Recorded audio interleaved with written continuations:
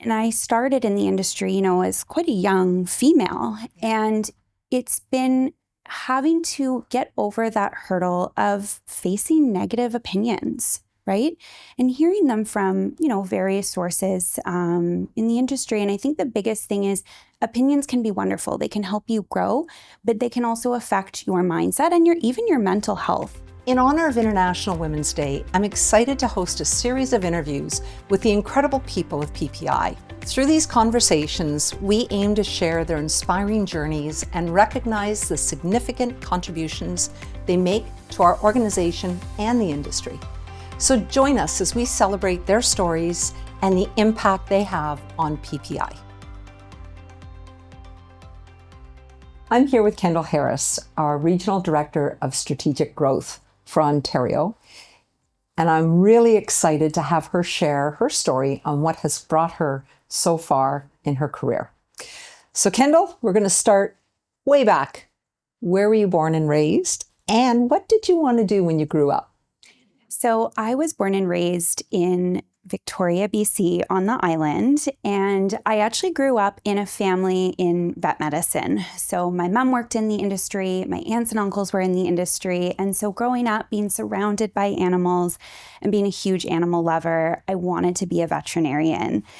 And it wasn't until my uncle actually invited me over to his clinic, and I had the opportunity from outside the door to view a surgery that I realized I'm actually very squeamish and I'm not good with blood. And so I then decided it's probably best to integrate animals into my life in another way and for it to be a hobby. Wow. You know what? I did not know we had that in common. I grew up on a farm.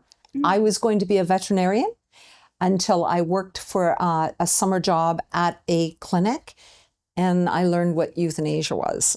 And so therefore I could not be a vet either. So that explains so much about us. Get it now.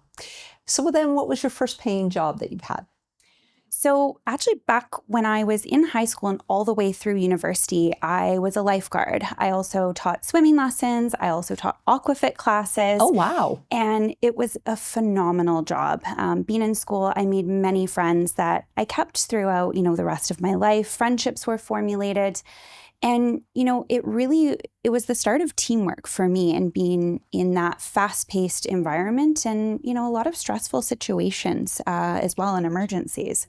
I can imagine. Mm-hmm. What was the worst emergency you had to deal with? A heart attack. Oh my. In the hot tub. We were very, very lucky that day. Actually, there were 2 paramedics that were in the hot tub beside this individual. And that was by far one of the worst situations. And we were so grateful for everyone's quick response. And actually, the patron, he was fine afterwards. He was very young, but he did survive. So, my goodness. Yeah, that'd be scary. Mm-hmm. Explains why you're so fit, though. Yeah. So what motivates you every day to get up and tell the PPI story to advisors that may at some point partner with us?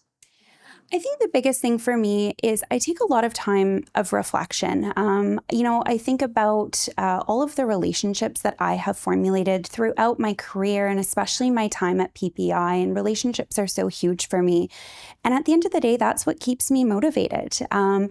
Even in times where, you have a tough day or maybe you have a tough week. Actually, one of the things I do is I have a file folder in my email, and I actually just keep, a list of kind notes or emails or feedback that I've had, not only from my advisors, but from my mentors, from my leadership team. And it's that reminder of the impact that we make on advisors and their professional business, but really their own personal goals. And at the end, I think it's also the multi-level impact that we are privileged to see in our industry, impacting our advisors, but also that end result for their client as well, and really establishing both sets of legacies. Very good. Well, you certainly have built a great reputation in the industry. I've been fortunate to get to know you in different paths of your career, and we're very fortunate that you're here now working directly with us. You love to travel. I do. You obviously have a personal life and a business life, and somebody earlier was saying, I don't know, there's such a thing as balance, but how do you make time for your personal and professional life to get enjoyment out of both? You know what? It's funny you should ask, because I was reading an article the other day, and it actually talked about the difference between the work-life balance versus work-life harmony. And I loved that line. I like that. I took something away from that. But you know what? For me, it's all about organization. And I live by my lists and by my calendar and my color-coded calendar.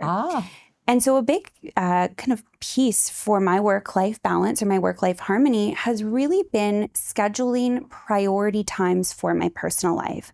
So whether I am booking a spin class, whether it's brunch with a friend, a trip to Victoria to see my parents, I put it in my calendar as if it's a meeting with myself and my loved ones, and to really make sure I'm respecting those boundaries.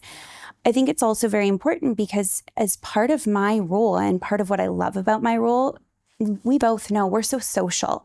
And so scheduling time to have alone time and recharge time is also part of my balancing success, if you will, to know that I need that to be then the most successful in my professional role. Yeah, you know, that's a really important point, that you need me time in order to recharge and be the best for everybody else around you. And you've certainly been a leader even on your own team with the work that you've been doing since joining PPI. Thank you.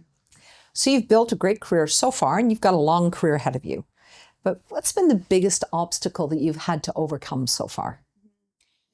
You know, I think it's identifying, and I started in the industry, you know, as quite a young female, and it's been having to get over that hurdle of facing negative opinions, right? And hearing them from, you know, various sources in the industry. And I think the biggest thing is opinions can be wonderful. They can help you grow, but they can also affect your mindset and even your mental health in quite a negative way. I think the biggest piece for me has been to really overcome this is to surround myself not only with strong leaders, strong mentors, and strong friends, where it's reframing the mindset to not only have positive reinforcement that what I'm doing is making an impact and it's fulfilling, but it's also, again, receiving that positive feedback along the way, and kind of blocking out the noise and reframing it in a positive way. Yeah, good for you. You know, you're right. When you start out and you start young, and even regardless of gender, but you know, sometimes it's just you got to kind of do everything a little bit more to demonstrate. So good for you.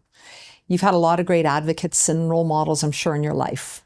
Which role model would you consider having had the biggest impact on you so far? You know, I would have to say it's my grandmother. I look back at her entire life so fondly, but really from an entrepreneurial perspective. You know, my grandmother was an orphan, and she was adopted, luckily, when she was very, very young. And she was a brilliant student, a brilliant mind. And, you know, finances were very tight. She was never able to pursue post-secondary education. And she went on to a very successful career in retail and in fashion, and eventually opened up her own store. Wow. And, you know, I think for me, when I think about my own path in this industry, although we're in different industries, it was her true entrepreneurial spirit, all while raising 3 boys. And to give back to her family. And I think I can really identify with her in that drive and that determination. And I see it in many of the advisors we work with as well, and how it drives them to give back to their family, their communities, and that entrepreneurial spirit that just fires them up. Isn't that wonderful? Your grandma would be very proud. Thank you. I'm sure. So if you look at young people starting their career, what advice would you give them? You know, the biggest piece of success I feel that I've created in my career for myself has been my ability to build relationships. And it's also been my favorite part of our industry. So looking to, when I started the industry, you know, surrounding yourself, finding your mentors, finding your centers of influence, your circle of support, those people who are going to be your advocates, who are also going to push you. You know, setting clear boundaries and intentions as well. I think back to that work-life balance and that harmony, but being very clear about your intentions, I think earlier on. And, another big piece is putting yourself in positions and being vocal about what you want for your career. Being able to speak to your mentors, your leadership team about what positions you want to pursue, applying for the jobs, speaking up, has been a challenge for me, but also a success. Yeah. You know what? That's really important advice where, a lot of times people won't apply for something or put their hand up because they don't think they have 100% of what the job requires. And I know when you put your hand up to join PPI in a completely new role, and it was those skills that you bring, right? Your relationship and your hard work and great work ethic and your desire to see advisors be successful is why you're enjoying success now at PPI in your current role. So let's wrap this up with, what is your legacy going to be? What do you want to be most remembered for? I think when I look back on my career and the legacies that I formulate, not only with advisors, but with my peers and, everyone that I've interacted with in the industry, I want to be remembered for how I've made them feel. I want to be remembered for, that impact, no matter how small or large it was in their business, because that really flows into their personal life, their success, their own legacy. And it's just that lasting impression and that feeling that you're able to leave with someone would be my final piece that I wish to leave with them. Well, I love that, leaving people with how they feel about you and the impact that you're having with your team members, with advisors, and with your friends is certainly everlasting. So I truly appreciate you taking time and sharing your journey so far and having a conversation with me. Thank you so much, Kathy. You're welcome, Kendall.